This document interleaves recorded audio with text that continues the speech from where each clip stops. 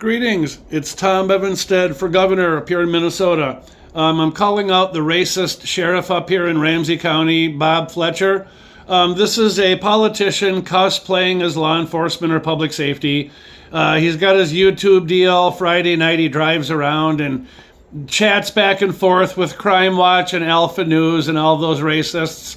So what's important to understand now is the guy has come out and he's demonized the Somali gangs. He's talked about all the homicides amongst the Somalis and how the Somalis are a huge problem and they're gangbangers. And really, he's got a big problem on his hands there in Ramsey County because of Somali gangbangers. So what's important for everybody to understand here is that Fletcher, for 15 or 20 years, has refused to even return my phone calls or my emails. I've talked to his Josh Adams, one of the commanders there just now.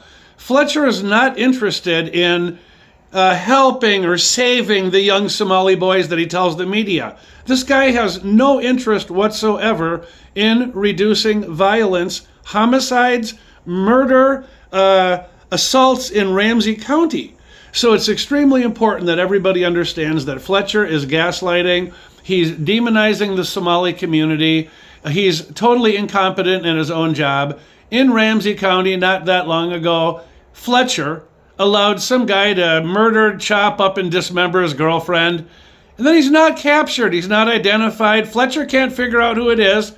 And then the guy goes and finds another girlfriend or whatever it is.